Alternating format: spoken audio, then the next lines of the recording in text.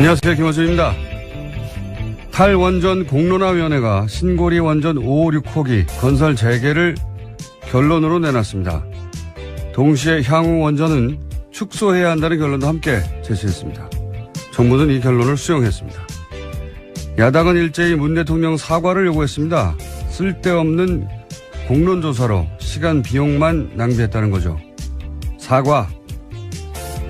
애초 야당은 공론화를 결론 미리 내놓고 하는 요식행위라고 비판했죠. 그런데 시민들은 정부와 다른 결론을 내놨어요. 요식행위가 아니었던 겁니다. 그러니까 사과는 짜고 치는 고스톱이라고 비난했던 사람들이 해야 하는 거죠. 또 대통령 뜻이라며 마구 밀어붙였던 4대강 자원외교 결과 어떻습니까? 그로 인해 막대한 국고 손실을 국가에 떠넘긴 사람들은 그때 우리도 이런 과정을 거쳤어야 했다고 국민들 앞에 사과를 해야 하는 겁니다. 안철수 대표도 마찬가지입니다. 본인 대선 공약도 탈원전에 신고리 건설 백지화 아니었습니까? 역시 사과는 자신의 공약을 몇 개월 만에 뒤집은 본인이 해야 하는 거죠. 공론화라는 이 절차 큰 박수를 받아 마땅합니다. 김어준 생각이었습니다.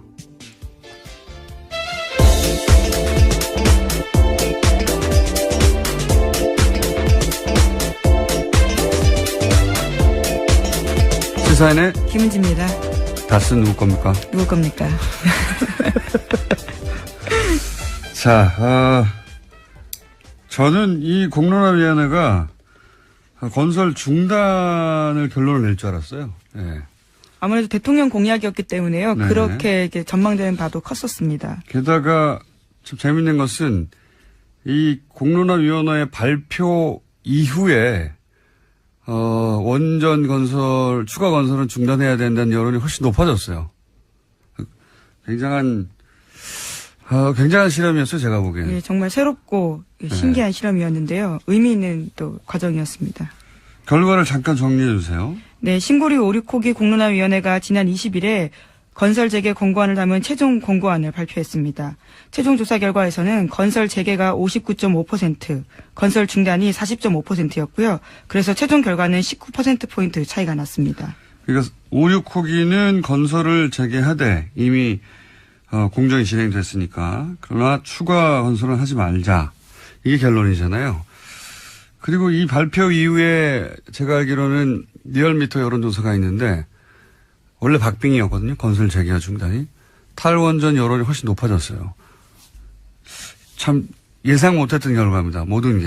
예. 그리고 이 실험 자체가 가지는 의미가 굉장히 큰 게 그동안 우리가 대의민주주의라고 했거든요. 그러니까 동네마다 의원씩 하나 뽑아가지고 나 대신해서 대의해서 법을 만들고 시스템을 운영하는. 이번에는 선출직 하나도 없이 다 스스로 공부하고 다 스스로 질문하고 판단해서 시민들이 정책을 결정한 거거든요. 이런 제도는 스위스를 직접민주주의라고 하는데 말이 직접민주주의죠. 거기 있는 칸톤이라고 그러죠. 그 주에서 실제 그 광장에 모여가지고 직접 의사결정을 하는 주는 하나밖에 없어요. 이름 갑자기 생각이 안 나요. 글라루스인가? 야, 글라루스일 겁니다. 작은 도시인데 1년에 한 번 그것도 광장에 모여서 자기들끼리 투표해가지고 뭘 결정하는 란츠게마인드인가? 오늘 갑자기 안 척하려고 그랬더니. 스위스도 직접민주주의라고 이렇게 흔적이 남아있는 거죠, 흔적이. 실제 이 공론화제는 제가 보기에는 세계적으로 굉장히 큰 의미가 있고 사실 야당 나와서 100명씩 막 밤새 3박 4일 끝장 토론을 한다고 해도 이거 결론 안 나거든요, 절대로. 싸우기만 하지. 그런데 이제 이 400여 명이, 길을 제시했고 그게 굉장히, 그 결론이 마음에 안 드시는 분들도 있겠지만, 저도 뭐 건설 중단이 개인적인, 생각인데, 이런 과정을 거쳐서 결론이 나면 또 수긍하지 않을 수가 없어요. 네, 과정 자체가 굉장히 의미 있는 실험이었습니다. 이런 보완은 필요하겠죠. 그러니까 400명이 과연 민의를 평균적으로 제대로 반영했는가. 근데 이건 뭐 여론조사 기법이 시간이 지날수록 정교해지잖아요. 그렇게 이제 보완할 문제인 것이고 예. 보통 대통령은 이런 거 안 하거든요. 왜냐하면 예를 들어서 이명박 전 대통령한테 4대강 공론화 해서 결정하자 그러면 그걸 했겠어요? 예. 미쳤냐고 그러겠지. 그럼 내가 왜 대통령 했어 그러겠지. 그러니까 이게 결론이 정부하고 다를 수 있다는 걸 알면서도 제가 보기에는 그 시스템을 도입한 결정은 대담한 결정이었다고 봅니다. 예. 정부는 이 사안만큼은 박수를 받아 마땅하다. 예. 그리고 뭐 보수 야당이 반대 이 결론 나고 나서 비판하는 건 이해가 가는 면도 있어요. 원래 무조건 건설하자는 거였으니까. 근데 저는 국민의당이 이걸 비판하는 건 앞뒤가 안 맞아요. 아무리 생각해도 국민의당에서는 안철수 대표가 그 체르노빌 몇 주년 좀 하여튼 몇 주년 그때 잘 가라 핵발전소인가 그런 국민본부가 있어요. 그때 같이 서명도 하고 신고리 건설 백지화 탈원전 본인이 직접 건설 중단돼야 된다고 했었단 말이죠. 국민의 생명 안전보다 중요한 것은 없다. 본인이 한 말입니다. 예.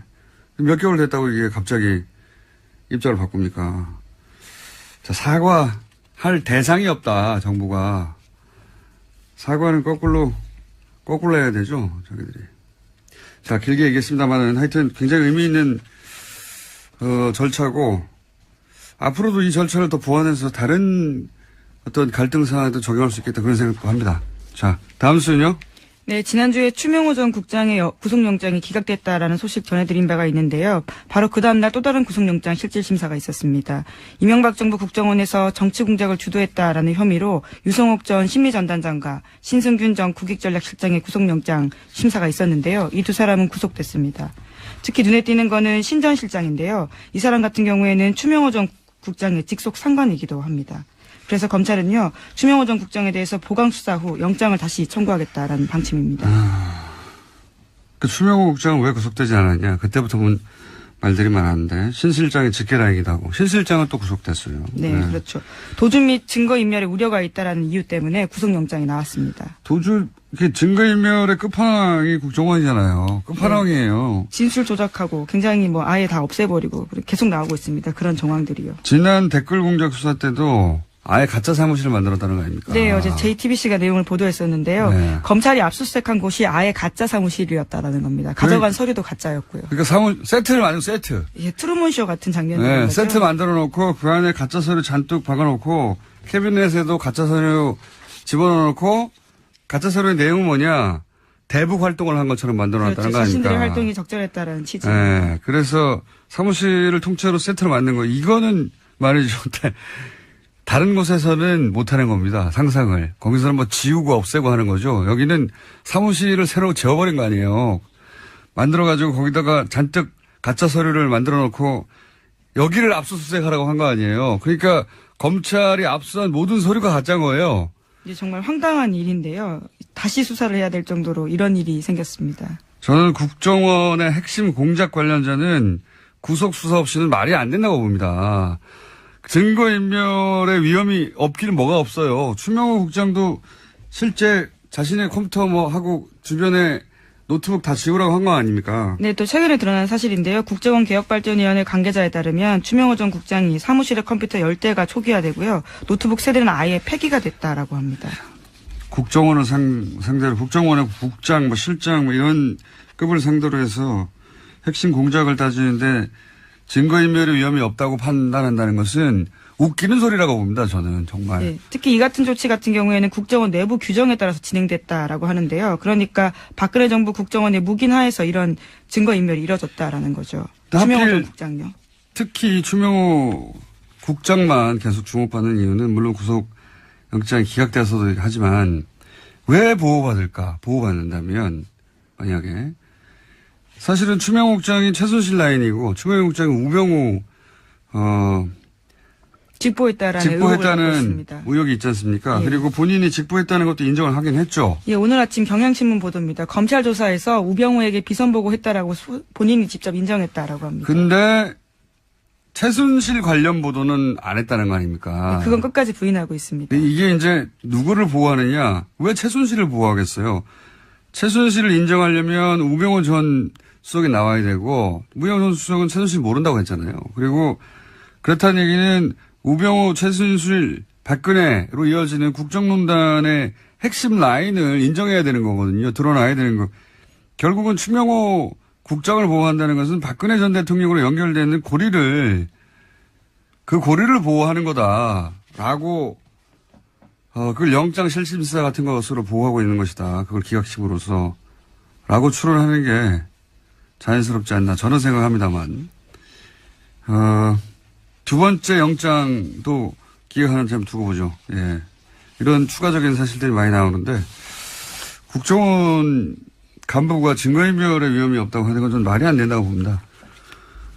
그것이 직업인 곳이에요, 여기는. 예를 들어서 그게 적국을 상대로 하는 거면 그게 잘하는 거죠.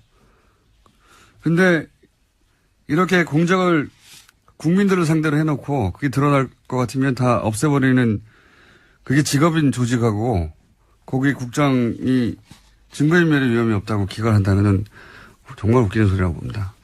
가짜 사무실. 예, 추정국장 같은 경우에는 혐의의 타당성, 필요성, 구속영장의 필요성 같은 것이 인정하기 어렵다라는 이유도 있긴 있는데요. 어쨌거나 두 상위의 상급자 두 사람은 증거인멸 우려가 있다라는 이유로요. 영장이 나왔습니다.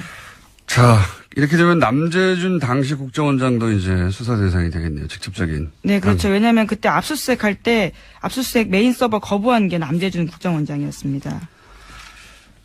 자, 국정원 관련된 소식은 계속 나오고 있고요. 다음 뉴스는요? 네, 자유한국당 관련된 소식도 전해드리겠습니다. 자유한국당 홍준표 대표가 친박 핵심 의원들과 서로 싸우고 있는데요. 서로 물러나라면서 폭로전에 나섰습니다.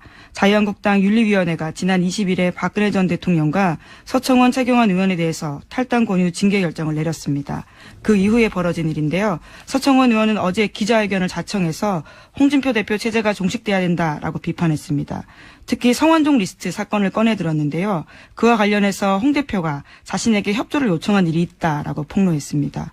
그러자 홍준표 대표는 또 반박을 했는데요. 오히려 MB정부 때 감형시켜주고 석방시켜주고 사면해준 사람에게 고맙다고 인사한 사람이 누구냐라고 반박한 겁니다.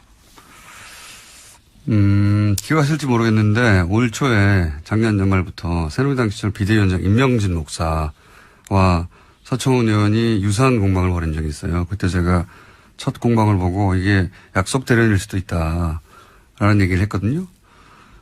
그리고 실제 미락설도 나왔죠, 나중에. 임명준 위원장이 뭐 국회의장으로 모신다고 했다느니 또는 뭐 친박 의원들을 친박 의원들에게 일단 탈당계를 내면 나중에 돌려주겠다고 했다든지 뭐. 약속 대련의 한계가 난다고 했는데 그러면서 임명준 위원장이 사퇴하면 진짜고 사퇴하지 않으면 약속 대련이 나오는데 사퇴 안 했어요, 아무도.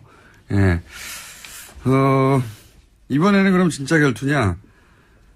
그때 척도가 사퇴하느냐 아니냐였다면 제가 보기에는 이번에 척도는 서청원 의원이 홍준표 대표와 관련해서 뭔가 물증을 가지고 있다는 식으로 얘기를 하잖아요. 예, 녹취록 관련 자료가 있다라는 식의 네. 암시를 했습니다. 근데 그 물증을 내놓는데 나중에 홍준표 대표에게 치명적 타격을 줘서 대표를 물러나게 할 정도다. 그럼 진짜 싸우는 거고요. 예. 내놨는데 별게 아니거나 아니면 안 내놓거나 약속 대련일 수 있습니다. 네. 이분들은 말이죠. 퍼포먼스의 달인들이기 때문에 예, 그 앞에서 몇 마디 하는 거 가지고 어제 하루 종일 뉴스가 됐던데 그저께도 그것만 가지고 판단할 수가 없어요. 이분들은 속이 아주 깊은 분들입니다. 그래서 저는 그런 의구심을 걷지 않은 채 예, 지켜보겠습니다. 네, 성완종 리스트 사건은 지금 대법원 판결 앞두고 있는데요. 새로운 증거가 나오게 된다면 또 2심에서 무죄 나온 부분들에 대해서 굉장히 주목되는 증거일 수 있습니다. 뭐 특별한 물증이 아니라 그냥 다 아는 얘기 정도 나오면 약속 대련의 향기를 맡을 수도 있을 것이다. 예. 그런 생각도 합니다, 저는. 자, 뉴스를 한 두세 개 정도밖에 못 다루겠네요. 오늘 네. 좀 일찍 이야기를 했습니다. 다음 뉴스는 뭡니까? 네, 일본 중의원 선거가 치러졌습니다. 출구조사에서 집권 자민당이 압승할 것으로 예측됐습니다. 출구조사에서 집권 자민당은 전체 절반이 넘는 의석을 확보하며 압승할 것으로 예측되고 있고요.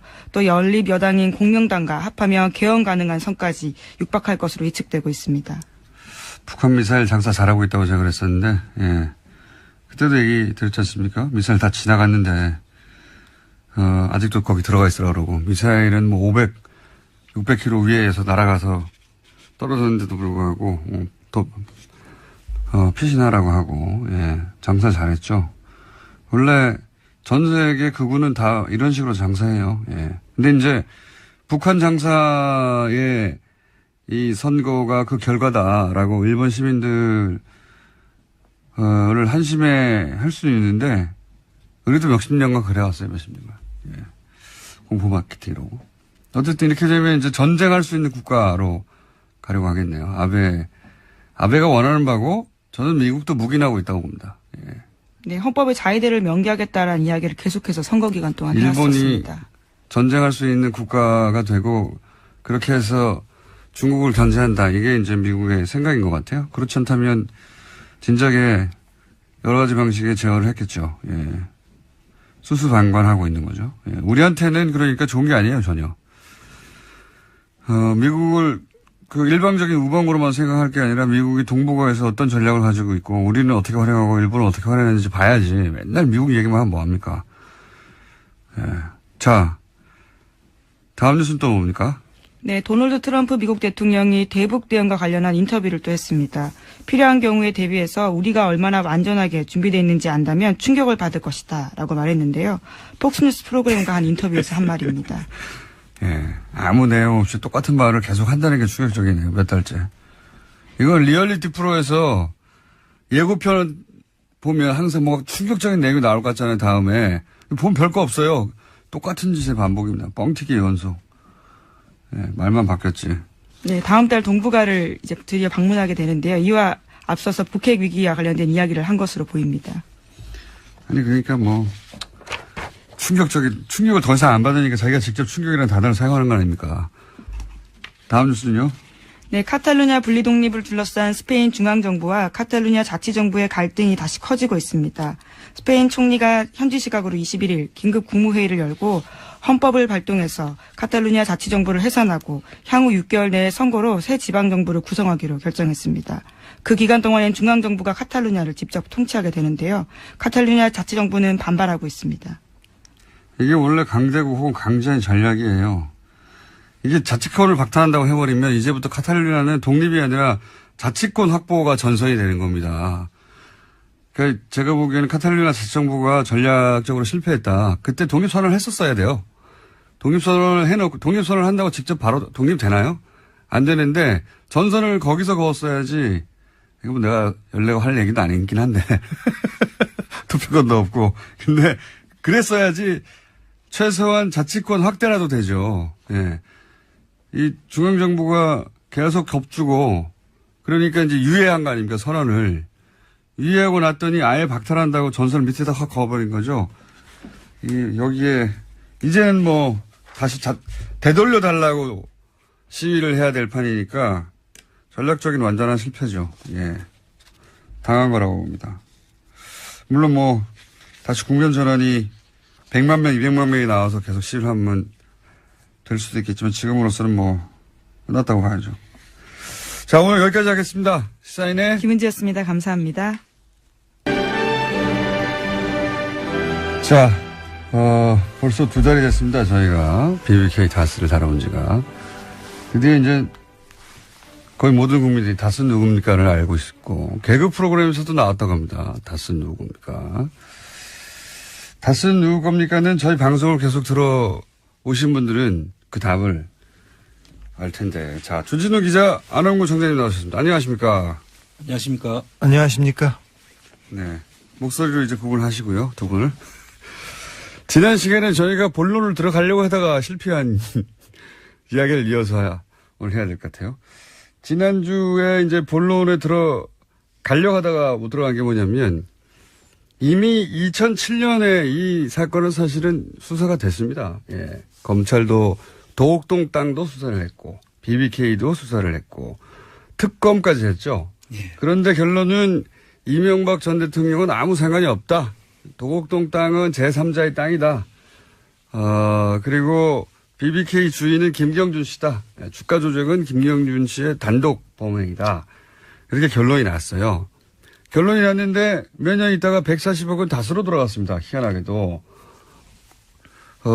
이 140억은 BBK에서 나온 돈으로 주가 조작을, 옵셔널 벤처스의 주가 조작을 한 다음에 그 돈을 들고 튄 거기 때문에 사실은 이 돈은 BBK에 투자했던 소액 투자자들이 돌려받았어야 되는 것이고, 미국의 재판 결과도 그러한데 이 돈이 엉뚱하게 다스로 들어가 버렸어요.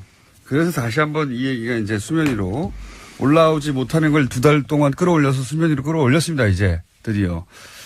근데 왜 2007년에는 그런 결론이 났을까? 2007년에는 왜 이게 이명박 전 대통령과 무관하고 김경준 씨의 단독 범행으로 결론이 났을까? 그때 무슨 일이 있었나? 이걸 오늘 짚어보려고 합니다. 그 당시의 상황을 저희들 좀 소환을 해서 봐야 되는데요. 네. 최초에 2007년도에 도곡동 땅을 검찰이 수사를 하고 발표를 할 때 제3자 거라고. 제3자 것이라고 발표를 했죠. 네. 그때만 해도 이명박 씨하고 박근혜 씨가 둘이 그 후보로 경쟁을 할 때입니다. 그렇죠. 2007년에 아주 큰 경쟁이었죠. 당시 도곡동 땅은 김경준, 김재정 씨, 그러니까 네. 그 이명박 처남. 처남 김재정 씨와 이상은 씨 소유로 그 장부상은 그렇게 돼 있었어요. 다스처럼. 예. 똑같이. 등기상은 그렇죠. 예. 예. 그랬는데 그때 검찰이 제3자의 것으로 보인다 하고 제3자는 소환에 응하지 않기 때문에 조사할 수가 없어서 안 했다라고 결론을 내리죠. 네. 그때까지는 상당히 눈치를 본 것 같고요. 그때 다시 제3자는 이명박이었습니다. 제3자 그다음 이명박. BBK 수사를 하는데 BBK 수사 때는 이명박 씨가 이미 후보로 됐을 때였어요. 네. 그런데 후보로 됐는데 그때 지형상 정치 지형을 보면 그때 한나라당 후보가 거의 대선 후보가 되는 그런 시기였기 때문에 이번 대선하고 되었죠. 비슷한 거죠. 예. 민주당의 후보가 대통령이 되는 거 아니냐 했던 것처럼 그때는 한나라당의 후보가 대통령이 되는 거 아니냐. 그래서. 사실 그 후보 경선 과정에 한나라당 후보 경선 과정에 이 수사가 시작됐어요. 근데 그래서 굉장히 열심히 검찰에서 수사를 했습니다. 그래서 지금 이거는 이명박 대통령의 가신의 얘기인데 수사 과정에 너무 세게 몰아쳐서 그 되게 걱정을 하고 대책회의를 매일 했었는데 이명박 대통령이 후보가 되자마자 갑자기 태도가 돌변해서 자기네들도 놀랐다고 합니다. 검찰의 태도가. 네. 예. 그래서 검찰이 그 당시에 BBK 수사 결과를 발표를 하게 되는데요. 지금 그 결과 발표문을 보면은 지금 저희들이 그동안에 밝혔고 의심했던 내용들이 다 드러나 있어요. 예를 들면요. 예를 들면은 BBK의 그 자금, 이면 계약으로, 우리 BBK가 지금 아까 주 기자가 말씀하셨듯이 다스와 BBK 관계가 예. 어떤 관계냐. 다스가 이명박 거면 김경준이 주가 조작했는데 어떻게 연관이 돼 있느냐에 대한 의심들을 지금 하고 있잖아요. 도곡동 땅이 이명박 전 대통령 거면 BBK가 이명박 전 대통령 거고. 거다라고 지금 BBK가 이명박 전 대통령 거면 주가 조작도 이명박 대통령이 한 거다. 이거 아닙니까? 예, 그렇죠. 네. 근데 거기서 확실한 고리가 하나 나오죠. 그 BBK에서 BBK 그 주식 61만 주를 예. 그 LKE. LKE에다가 매각을 하는데 예. 매각하면서 49억 9,995만 50억에서 5천원 모자라는 50억에서 수수료 빼고 이렇게 말씀해 주세요. 예, 수수료 빼고 그 50억을 넘겨주는데요. 예. 그게 통장이 그때 통장이 발견됐고 그 돈 간 것이 이명박 씨로 갔다는 것이 그때 검찰에서 밝혔다는 것이 최근 그 대정부 질문을 한 그 김경엽 의원은 밝힌 거거든요. 그렇게 되면은 BBK가 LKE를 에다가 주식을 넘겼기 때문에 그 BBK 주인이 이명박 씨다. 이렇게 되는 것이죠. 안 청장님 또 어려워졌어요. 자, 무슨 말이냐면요. BBK 주가 조작 당시에 그 장부 관리를 누가 했느냐. 근데 그 장부 관리는 김백준 씨, 이진영 씨, 그러니까 이명박 대통령의 최측근들이었어요. 장부 관리원들이었어요. 그분들은 나중에 청와대로 갔습니다. 그리고 심지어는 이명박 대통령의 통장에서 이 돈 거래가 나왔기 때문에 이 주가 조작에도 상당히 개입했다 이 말이죠. 그렇죠. 그 돈이 그것도 못 알아듣겠어요. 다시 정리해봐. 제가 정리할게요. 네. 임명 계약서가 한 장 있습니다. 이 임용계약서대로면 주인이 이명박 전 대통령이에요. 그렇죠. 근데 검찰은 이 임용계약서에 찍힌 인감도장이 이명박 전 대통령 인감도장과 다르다고 이 계약서를 가짜라고 한 겁니다. 아니요. 근데 검찰이 예. 이 이면 계약서가 진짜인 줄 알았어요. 물론 그리고 아는데 인감 도장도 진짜인 줄 알았어요. 통장도 그때 아니, 진짜라고 그러니까 했어. 내 말은 뭐냐면 진짜인 줄 알았죠. 알았는데 검찰 발표가 다르다고 발표를 하면서 털어준 거라는 거죠. 제 말은. 그렇죠. 그렇습니다. 네. 자, 셋이 각자 다 다른 얘기를 하는데 제가 하는 얘기가 같은 맞네요. 얘기예요. 같은 얘기. 제가 하는 얘기가 아주 제일 이해하기 쉬운 겁니다. 임용계약서 한 장이 있어요. 이 임용계약서가 맞기만 하다면 BBK는 이명박 전 대통령 겁니다. 김경준이 한국에 들어오면서 입국하면서 이 BBK는 저기 이명박과 내가 공동으로 설립한 거고 BBK 주가 조작도 이명박이 했다 이 얘기를 하면서 자기를 증명해줄 서류가 있다. 이게 이면 계약서다. 이러면서 계약서를 들고 왔어요. 흔들었어요. 네. 그러니까 임용 계약서의 내용 자세히 알 필요가 없습니다. 왜? 그들끼리 복잡한 계약이기 때문에 알 필요가 없고 핵심은 뭐냐? 이게 맞으면 주인이 이명박 전 대통령이 되는 거예요. 예? 더 핵심은 검찰이 그 사실을 이미 그때 알고 있었다는 거예요. 알고 있었는지 모르고 있었는지는 이제 수사를 해봐야 되는데 우리는 알고 있을 거라고 생각하는 거고요. 근데 검찰은 도장이 다르다고 가짜라고 해버린 겁니다. 근데 김경준 씨의 나중에 주장은 무슨 소리냐. 그때 도장이 2개가 있었다. 2개가 있었는데 그중에 하나하고 다르다고 결론을 낸 것이다. 네. 나중에 얘기를 하죠. 근데 검찰이 이 이면 계약서가 진본이라는 걸 알고 그 또 하나의 도장이 이게 진품 그러니까 이명박 거라는 걸 알았어요. 그래서 어떻게 해야 되냐면은 김경준의 진술을 무너뜨려야 됩니다. 그러니까 김경준이 자기가 거짓말을 했다고 진술을 바꾸게 함으로써 이 이면 계약서를 덮을 수 있었습니다. 또 이게 무슨 얘기인지 다 자기들은 잘 아는 내용이니까 앞뒤를 빼고 그렇게 얘기하면 안 된다. 이게 뭐냐면 이제 임용계약서가 너무 중요한 거예요. 정말 핵심인 겁니다, 이게. 그 임용계약서의 내용을 아실 필요가 없고, 정말 관심이 있으시면 찾아보시면 되는데, 찾아서 보셔도 잘 몰라요. 무슨 말인지. 핵심은, 이거 이명박 거 이렇게 써 있는 거예요, 핵심은. 그런데 이걸 검찰은 가짜라고 했단 말이죠. 도장이 위조라고. 그런데 그것만으로 부족하고, 김경준 씨 입으로 스스로 가짜라고 말해야 되는 겁니다. 그렇죠. 그래서 이제 검찰이 압박을 하고, 김경준 씨가 나중에 왜냐하면 안 그러면은 누나하고 부인을 괴롭힌다고 본인의 주장이에요. 김경준 씨 주장. 그렇게 말을 했기 때문에 법정에 가서도 이거 내가 조작한 거라고 말을 합니다. 나중에. 그래서 그 BBK 메모가 나오죠. 검찰은 이명박을 두려워해요. 저를 이렇게 이명박 이름을 빼주고 내가 거짓말을 했다고 하면 3년에서 5년으로 낮춰주겠다. 그리고 누나들과 부인들도 다 괴롭히지 않겠다. 부인들은 누굽니까? 죄송합니다. 부인은 괴롭히지 않겠다는 그런 BBK 메모를 시정국을 만들고 그래. 네, 메모를 공개하면서 조용히 좀 해. 네, 공개하면서 BBK 메모가 공개되면서 BBK 특검으로 넘어가게 되는 거죠. 자, 이제 임용계약서가 굉장히 중요한 것이다. 그렇습니다. 예. 계약서 이거 하나 믿고 온 거예요. 김경준 씨는. 네. 봐라. 여기에 내가 증거가 있다고. 근데 이 임용계약서 내용대로 돼 있어요. 실제 돈이 넘어갔으니까. 네. 근데 이 도장이 가짜라고 하면서 이걸 털어버린 거죠. 도장이 가짜면. 자, 또 하나가 있죠. 이때 들어간 돈이 LKE로 들어간 겁니다. 그렇습니다. 예. 근데 이 발표문을 잘 봐야 되는데 우리가 좀 발표문 공부를 다시 또 해야 됩니다. 공부를 할 필요는 없어요. 설명을 하시고 제가 정리할게요. 이제 그만할래요. 발표문을 보면 예. 그 190억 원이 이렇게 발표문에 나와 있습니다. 9억, 그중 190억 중에 9억 원은 LKE를 만드는 김경준의 자본금으로 들어갔다고 돼 있습니다. 네. 이게 또 190억 돈 주체가 누굽니까? 저희들이 제3자 아닙니까? 제3자 이명박 선생. 그렇죠. 근데 그게 LKE를 만드는 김경준의 자본금으로 들어갔다는 거예요. 그리고 나머지 181억 원은 또 친절하게 설명을 하고 있습니다. 발표문에.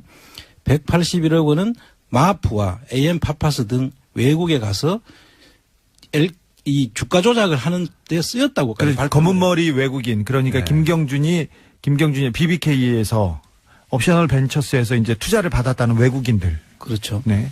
그래서 이 LKE를 좀 통해 가지고 복잡해지시겠어요. 외국에 나가서 주가 조작을 하는데 쓰였다고 검찰 발표문에 그걸 실어놓고 있어요. 예. 이것만 자세히 보면 예. 수사가 필요가 없는 것이죠, 사실은. 이게 무슨 얘기냐면 지금 아는 청장님 말씀하신 거는 제3자가 주인인 190억이 예.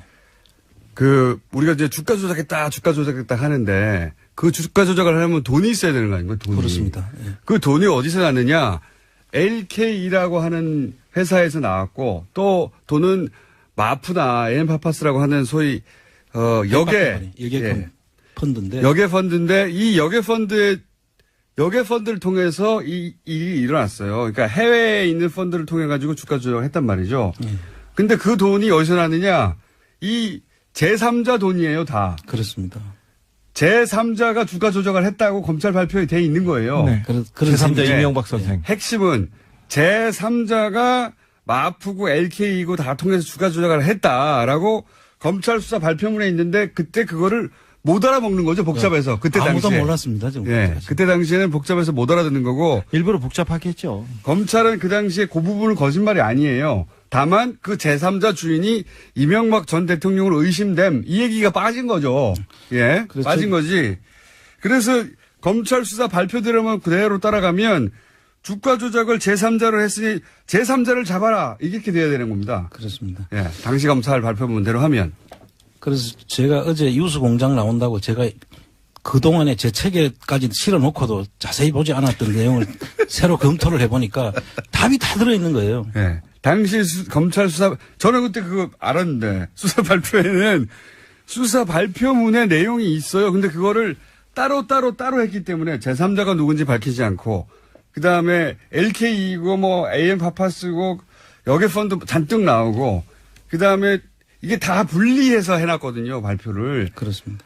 이 검찰 수사 발표를 다 정리하면 도곡동 땅을 판 돈으로 주가 조작을 했답니다. 그렇습니다.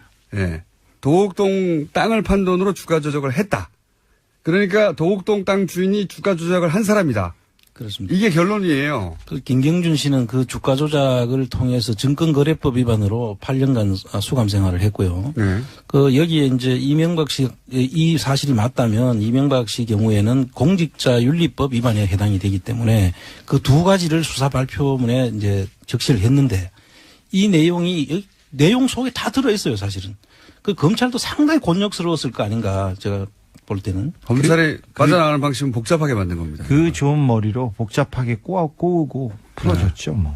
그리고 굉장히 또 재밌는 건 검찰이 얼마나 털어주려고 노력을 했냐면 당시 이제 BBK 정관을 보면 정관에는 이명박 전 대통령 당시 후보, 당시 이명박 기준으로는 이명박 후보가 결정하지 않으면 아무것도 안 되게 돼 있어요. 그렇습니다. 예. 그러니까 회사가 정관상 BBK는 이명박 전 대통령 겁니다. 정관을 보면. 근데 검찰이 뭐라고 그러느냐면 김경준 씨가 자기 마음대로 바꾼 거라고. 아니, 자기 마음대로 자기 회사를 남의 회사로 바꾼 겁니다, 이게. 이게 말이 됩니까? 그렇게, 왜냐면 정관은 그렇게 나와 있으니까 어쩔 수가 없잖아요. 그렇죠. 정관은 등록이 돼 있으니까. 근데 정관에 보면, 이거 이명박 씨 거네? 이렇게 결론이 날 정관인데, 검찰이 뭐라고 그러냐면, 김경준 씨가 임의로 바꾸었다. 예. 그러니까 내 회사를 남의 회사로 바꿔준 거예요. 그렇게 검찰이 해 주었습니다, 당시에. 또 있죠, 또. 소위 이제 LKE는 빠져나갈 수가 없이 이 주가 조작에 동원된 회사입니다. 그렇습니다. 네, LKE. 그러자 검찰은 김경준 씨 주장입니다. 검찰은 LKE는 빼줄게라고 김경준 씨한테 제안을 했다고 해요. 그렇죠. 네. 그때 당시에 아마 수사검사가 김기동 검사로 알려져 있고요. 그 당시에 했던 말이기 때문에 이게 신빙성이 굉장히 높아요. 네. 김경주 씨는 한국말을 하지만 서툴러요. 그리고 정확하게 이해하지 못하고 있어요. 그래서 그 내용을 누나하고 상의합니다. 네. 김기동 검사의 전화로 누나한테 전화를 해요. 누나, 검사가 이거 빼달래. 검사가 뭐 해달래. 어떻게 해야 돼? 그걸 물어보면 에리카 김이 이렇게 상의를 합니다. 제가 그 전화 목소리를 직접 들었어요. 그때 나온 내용이 뭐냐면, 검찰이 LK는 빼준대. 네. 김경준 씨는 좋아했던 거예요. 빼준다니까. 그러니까 처음에는. 빼주면 야 이거 빼주면 너한테 빼주면 너 좋잖아. 그래 너 네. 죄도 줄어들고 이런 식으로 해서 이렇게 합니다. 그때 김기동 검사가 그 김경준 씨가 누나한테 하는 얘기가 뭐냐면 검사가 너무 잘해줘 형이라고 부르래. 그래서 김기동을 극찬하고 있었어요. 그래서 제가 그 목소리를 듣고 너무 놀랐습니다. 왜 빼줬냐? LK를 김경준 씨 혐의에서 빼준 이유는 LK는 주가조작에 직접 동원됐거든요. 그리고 이명박하고 직접 관련이 있기 때문에 네. 이걸 수사하면 이명박을 빼줄 수가 없는 거예요. 도곡동 땅을 판돈해서 바로 LK로 들어갔거든요. 말씀하셨듯이 9억이. 그러니까 LK를 안 빼주면 이명박 전 대통령을 빼줄 수가 없어요. 그렇습니다. 그래서 빼줘버린 거예요. 이렇게도 친절하게 하였다, 검찰이. 그 내용을 김경준 씨가 SNS에 올린 내용을 잠깐 소개를 하면요. 네. 김기동 검사가 말하기를 어제 가슴이 너무 뛰어 한잠도 못 잤다. 우리가 MB를 기소해도 대통령으로 당선될 것이다. 그럼 검찰은 죽는다. 그러나 그렇게 하지 않으면 반대편에서 난리가 날 것이다. 내가 다 했다고 해라.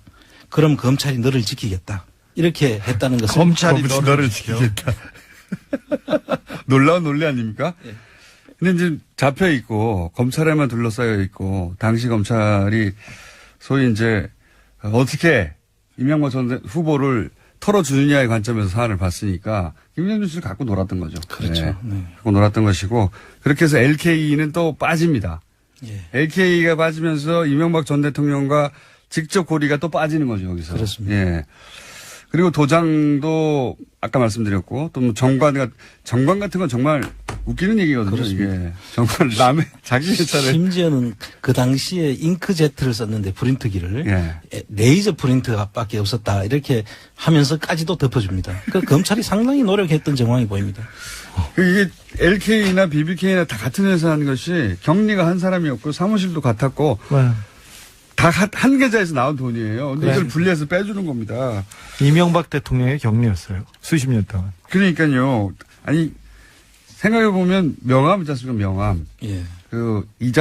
이장춘 전 대사. 이장춘 대사가 외교관을 해서 그런지 모든 걸 메모하고 했던 분이었던 거죠. 그래서 김백준 씨하고 이명박 전 대통령으로부터 명함을 받았던 거를 몇 날 몇 시에 어디서 뭐 먹으면서 이게 다 기록돼 있었던 거예요. 네. 그래서 들고 와서 나 영포 빌딩 가서 이거 받았어라고 네네. 이제 어느 날 들고 나왔죠. 네, 브로셔에도 맨 가운데 이명박 대통령이 회장이라고 나와 있고, 그 다음에 김백준이 부사장이라고 나와 있고, 그 다음에 LK도 다 들어있고. 다 들어 있습니다. 그리고 뭐 사진도 많이 나왔어요. 예, 그리고 저희들이 계속 다스는 누구 겁니까라고 묻고 있는데 그 다스의 그 문제는 공직자윤리법 위반 문제가 걸려 있거든요.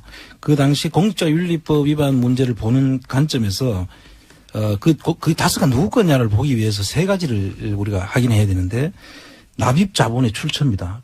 누가 그걸 했냐. 그다음 두 번째는 배당과 경영 수익을 누구한테 기속됐느냐. 납입 자본, 배당과 경영 너무 어려워요. 그다음 투자 결정을 할 때 그 투자 의사 주체가 누구냐, 투자 결정을 하는 주체가 누구냐. 예. 이것까지 이 수사 결과 발표문에 다 있어요. 예. 그 보면은 너무나 말이 안 되는 걸로 했는데 그때만 해도 이걸 사람들이 아무 문제 너무나 없이 말이 했어요. 안 돼가 어떻게 했습니까? 이거 말이 안 되는 이야기 잠깐 설명을 드리면요. 잠깐 설명하면 안 돼. 지금 이 안 돼. 잠깐 설명하면 다음 주까지 가요. 그래요. 30초 버전으로.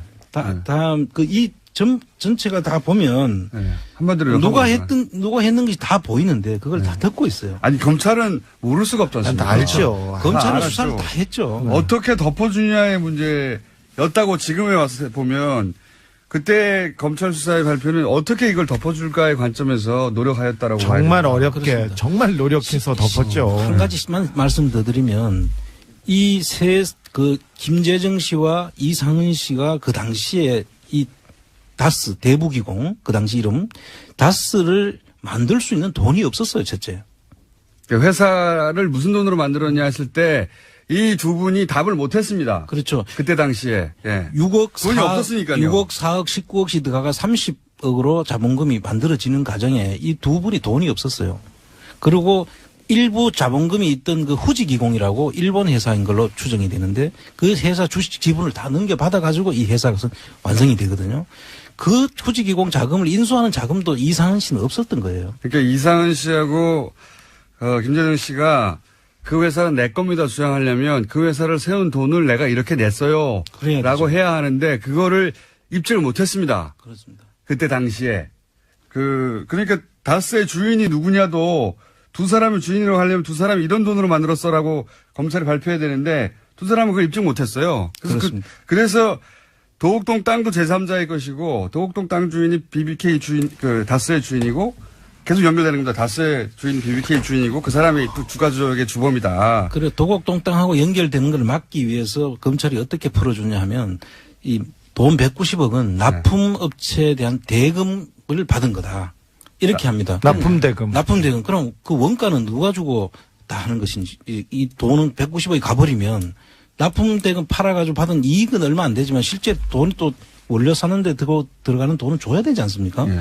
그 190억이 전부 다 납품대금이라고 검찰이 이 털어주죠, 또. 회계 지식이 부족해서 오는 하나의 좀 해프닝 아닌가 싶은데요. 아니 뭐 부족한 게 아니라요. 다 알고 덮은 거죠 일부러. 일반인들의 회계 지식이 부족할 거라고 생각하고 그렇게 말했겠죠. 예. 뭐 그렇게 봐야 되겠죠. 어제 이제 다스가 아니라 이명박 내부자한테 또 연락이 왔는데 다스는 누구 거냐에 중요한 근거 중에 하나가 이명박 대통령이 차를 살 때 개동 현대에 있는 그 대리점, 큰 대리점에서 샀는데 그 모든 돈을 다스에서 냈고 생활비와 다른 자금들도 다스에서 가져다 썼답니다. 그렇게 최신 버전의 증언이 또 하나 있고요. 예. 이 증언들은 저희가 그러니까 이건 과거에 밝혀진 거고요. 예. 지금 한참 모으고 있고 아직 다 공개하지 않은 것은 최근에 나온 증언들이거든요. 최근에 나온 증언들은 저희 또 모아서 한번 정리할 텐데 그리고 나서 그 검찰들은 다 어떻게 됐습니까? 그때 수사 결과를 발표한 사람은 김홍일 차장검사였는데요. 승진했죠. 그리고 그 밑에 최재경, 김기동을 비롯한 10명의 검사들은, BBK 검사들은 승승장구했습니다. 이명박 정권에서 가장 중요한 역할을 하다 했고요. 박근혜 정권에서도 마찬가지입니다.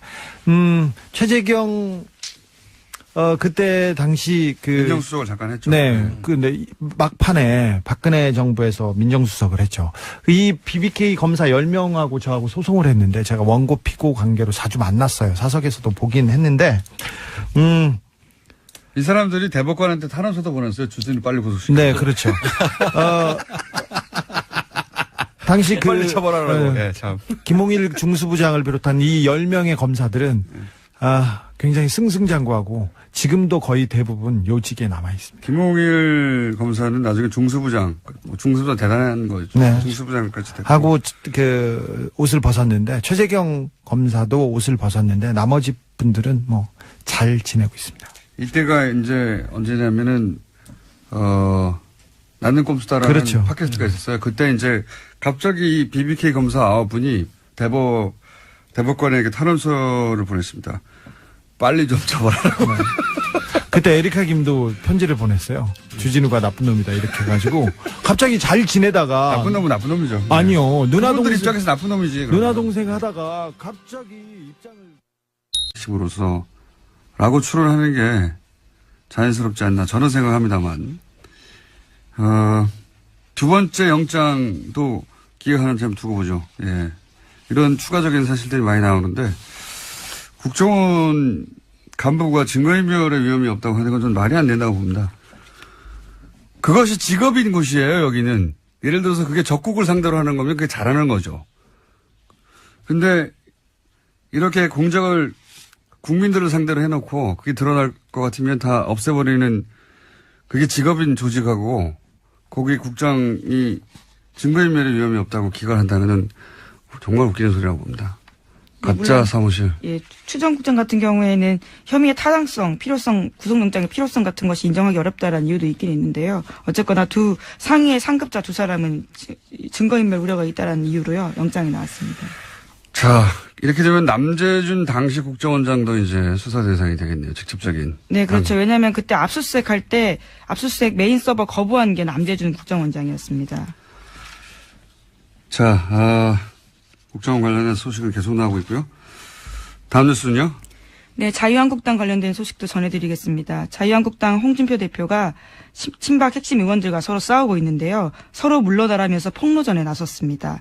자유한국당 윤리위원회가 지난 20일에 박근혜 전 대통령과 서청원 최경환 의원에 대해서 탈당 권유 징계 결정을 내렸습니다.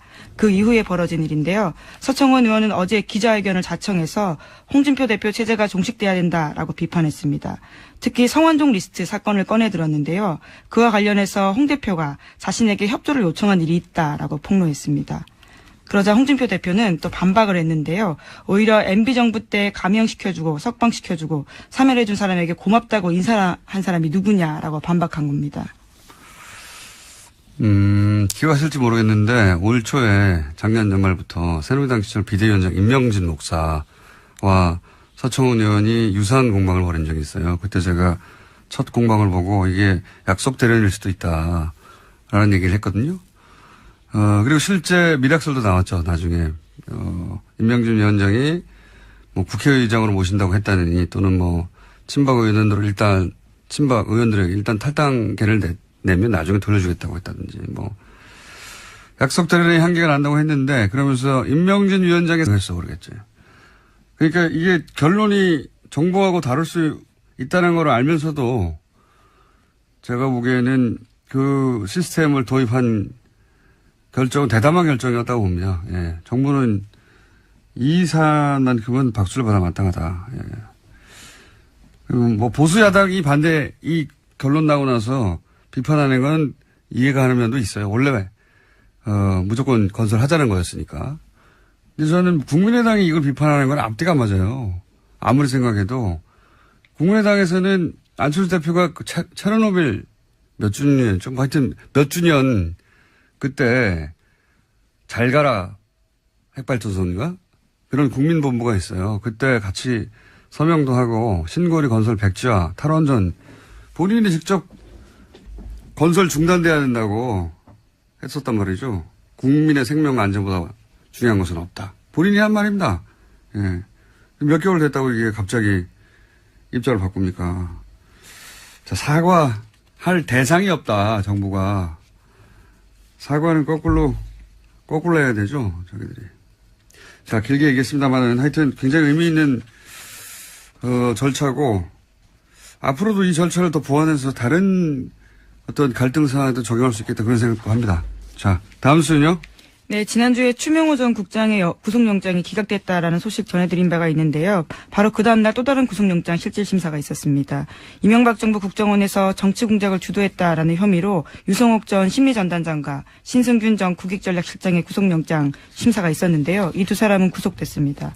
특히 눈에 띄는 거는 신 전 실장인데요. 이 사람 같은 경우에는 추명호 전 국장의 직속 상관이기도 합니다. 그래서 검찰은요, 추명호 전 국장에 대해서 보강 수사 후 영장을 다시 청구하겠다라는 방침입니다. 그 추명호 국장은 왜 구속되지 않았냐? 그때부터 본 말들이 많았는데 신 실장이 직계라이기도 하고 신 실장은 또 구속됐어요. 네, 그렇죠. 도주 및 증거인멸에 우려가 있다라는 이유 때문에 구속영장이 나왔습니다. 이게 증거인멸의 끝판왕이 국정원이잖아요. 끝판왕이에요. 네. 진술 조작하고 굉장히 뭐 아예 다 없애버리고 계속 나오고 있습니다. 그런 정황들이요. 지난 댓글 공작 수사 때도 아예 가짜 사무실을 만들었다는 거 아닙니까? 네, 어제 JTBC가 내용을 보도했었는데요. 네. 검찰이 압수수색한 곳이 아예 가짜 사무실이었다라는 겁니다. 가져간 서류도 가짜였고요. 그러니까 세트를 만든 세트. 이게 트루먼쇼 같은 장면이 네, 세트 만들어 놓고 그 안에 가짜 고요. 그래서 최종 결과는 19%포인트 차이가 났습니다. 그러니까 56호기는 건설을 재개하되 이미 공정이 진행됐으니까 그러나 추가 건설은 하지 말자. 이게 결론이잖아요. 그리고 이 발표 이후에 제가 알기로는 리얼미터 여론조사가 있는데 원래 박빙이었거든요. 건설 재개와 중단이. 탈원전 여론이 훨씬 높아졌어요. 참 예상 못했던 결과입니다. 모든 게. 예. 그리고 이 실험 자체가 가지는 의미가 굉장히 큰 게 그동안 우리가 대의민주주의라고 했거든요. 그러니까 동네마다 의원씩 하나 뽑아가지고 나 대신해서 대의해서 법을 만들고 시스템을 운영하는. 이번에는 선출직 하나도 없이 다 스스로 공부하고 다 스스로 질문하고 판단해서 시민들이 정책을 결정한 거거든요. 이런 제도는 스위스를 직접민주주의라고 하는데 말이 직접민주주의죠. 거기 있는 칸톤이라고 그러죠. 그 주에 그래서 실제 그 광장에 모여가지고, 직접 의사결정을 하는 주는 하나밖에 없어요. 이름 갑자기 생각이 안 나요. 글라루스인가? 야, 글라루스일 겁니다. 작은 도시인데 1년에 한 번 그것도 광장에 모여서 자기들끼리 투표해가지고 뭘 결정하는 란츠케 마인드인가? 오늘 갑자기 안 척하려고 했더니. 스위스도 직접민주주의라고 이렇게 흔적이 남아있는 거죠, 흔적이. 실제 이 공론화제는 제가 보기에는 세계적으로 굉장히 큰 의미가 있고, 사실 야당 나와서 100명씩 막 밤새 3박 4일 끝장 토론을 한다고 해도 이거 결론 안 나거든요, 절대로. 싸우기만 하지. 그런데 이제 이 400여 명이, 길을 제시했고, 그게 굉장히, 그 결론이 마음에 안 드시는 분들도 있겠지만, 저도 뭐 건설 중단이 개인적인, 생각인데, 이런 과정을 거쳐서 결론이 나면 또 수긍하지 않을 수가 없어요. 네, 네. 과정 자체가 굉장히 의미 있는 실험이었습니다.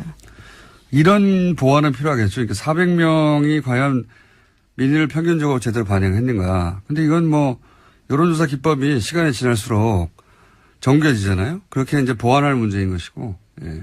보통 대통령은 이런 거 안 하거든요. 왜냐하면 예를 들어서 이명박 전 대통령한테 4대강 공론화 해서 결정하자 그러면 그걸 했겠어요? 예. 미쳤냐고 그러겠지. 그럼 내가 왜 대통령. 안녕하세요. 김호준입니다. 탈원전 공론화위원회가 신고리 원전 556호기 건설 재개를 결론으로 내놨습니다. 동시에 향후 원전은 축소해야 한다는 결론도 함께 제시했습니다. 정부는 이 결론을 수용했습니다. 야당은 일제히 문 대통령 사과를 요구했습니다. 쓸데없는 공론조사로 시간 비용만 낭비했다는 거죠. 사과. 애초 야당은 공론화를 결론 미리 내놓고 하는 요식행위라고 비판했죠. 그런데 시민들은 정부와 다른 결론을 내놨어요. 요식행위가 아니었던 겁니다. 그러니까 사과는 짜고 치는 고스톱이라고 비난했던 사람들이 해야 하는 거죠. 또 대통령 뜻이라며 마구 밀어붙였던 4대강 자원외교 결과 어떻습니까? 그로 인해 막대한 국고 손실을 국가에 떠넘긴 사람들은 그때 우리도 이런 과정을 거쳤어야 했다고 국민들 앞에 사과를 해야 하는 겁니다. 안철수 대표도 마찬가지입니다. 본인 대선 공약도 탈원전에 신고리 건설 백지화 아니었습니까? 역시 사과는 자신의 공약을 몇 개월 만에 뒤집은 본인이 해야 하는 거죠. 공론화라는 이 절차 큰 박수를 받아 마땅합니다. 김호준 생각이었습니다.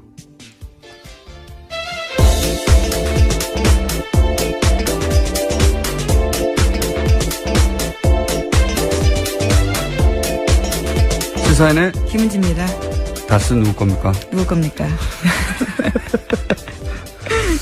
자, 저는 이 공론화위원회가 건설 중단을 결론을 낼 줄 알았어요. 네. 아무래도 대통령 공약이었기 때문에요. 네. 그렇게 이렇게 전망되는 바도 컸었습니다. 게다가 좀 재밌는 것은 이 공론화위원회 발표 이후에 원전 건설, 추가 건설은 중단해야 된다는 여론이 훨씬 높아졌어요. 굉장한 실험이었어요, 제가 보기에는. 예, 정말 새롭고 신기한 실험이었는데요. 의미 있는 또 과정이었습니다. 결과를 잠깐 정리해 주세요. 네, 신고리 5,6호기 공론화위원회가 지난 20일에 건설 재개 권고안을 담은 최종 권고안을 발표했습니다. 최종 조사 결과에서는 건설 재개가 59.5%, 건설 중단이 40.5%였고 서류 잔뜩 박아놓고 캐비넷에도 가짜 서류 집어넣어놓고 가짜 서류의 내용은 뭐냐? 대북 활동을 한 것처럼 만들어놨다는 거 아닙니까? 자신들의 활동이 적절했다는 취지. 네, 그래서 사무실을 통째로 세트로 만든 거 이거는 말이죠.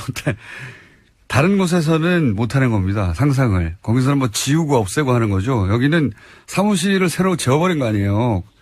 만들어가지고 거기다가 잔뜩 가짜 서류를 만들어 놓고 여기를 압수수색하라고 한 거 아니에요. 그러니까 검찰이 압수한 모든 서류가 가짜인 거예요. 이제 정말 황당한 일인데요. 다시 수사를 해야 될 정도로 이런 일이 생겼습니다. 저는 국정원의 핵심 공작 관련자는 구속 수사 없이는 말이 안 된다고 봅니다. 증거인멸의 위험이 없기는 뭐가 없어요. 추명호 국장도 실제 자신의 컴퓨터 뭐 하고 주변에 노트북 다 지우라고 한 거 아닙니까? 네, 또 최근에 드러난 사실인데요. 국정원 개혁발전위원회 관계자에 따르면 추명호 전 국장이 사무실의 컴퓨터 10대가 초기화되고요. 노트북 세대는 아예 폐기가 됐다라고 합니다. 국정원을 상대로 국정원의 국장, 뭐 실장 뭐 이런 급을 상대로 해서 핵심 공작을 따지는데 증거인멸의 위험이 없다고 판단한다는 것은 웃기는 소리라고 봅니다. 저는 정말. 네, 특히 이 같은 조치 같은 경우에는 국정원 내부 규정에 따라서 진행됐다라고 하는데요. 그러니까 박근혜 정부 국정원의 묵인하에서 이런 증거인멸이 이뤄졌다라는 거죠. 추명호 전 국장요. 특히 추명호 국장만 계속 주목받는 이유는 물론 구속영장이 기각돼서도 하지만 왜 보호받을까? 보호받는다면 만약에 사실은 추명호 국장이 최순실 라인이고 추명호 국장이 우병우 직보했다라는 의혹을 받고 있습니다. 의혹이 있지 않습니까? 예. 그리고 본인이 직보했다는 것도 인정을 하긴 했죠. 예, 오늘 아침 경향신문 보도입니다. 검찰 조사에서 우병우에게 비선 보고했다라고 본인이 직접 인정했다라고 합니다. 근데 최순실 관련 보도는 안 했다는 거 아닙니까? 네, 그건 끝까지 부인하고 있습니다. 이게 이제 누구를 보호하느냐? 왜 최순실을 보호하겠어요? 최순실을 인정하려면 우병우 전 수석이 나와야 되고 우병우 전 수석은 최순실 모른다고 했잖아요. 그리고 그렇다는 얘기는 우병우, 최순실, 박근혜로 이어지는 국정농단의 핵심 라인을 인정해야 되는 거거든요. 드러나야 되는 거. 결국은 추명호 국장을 보호한다는 것은 박근혜 전 대통령으로 연결되는 그 고리를 보호하는 거다라고 그걸 영장 실질심사 같은 것으로 보호하고 있는 것이다. 그걸 기각.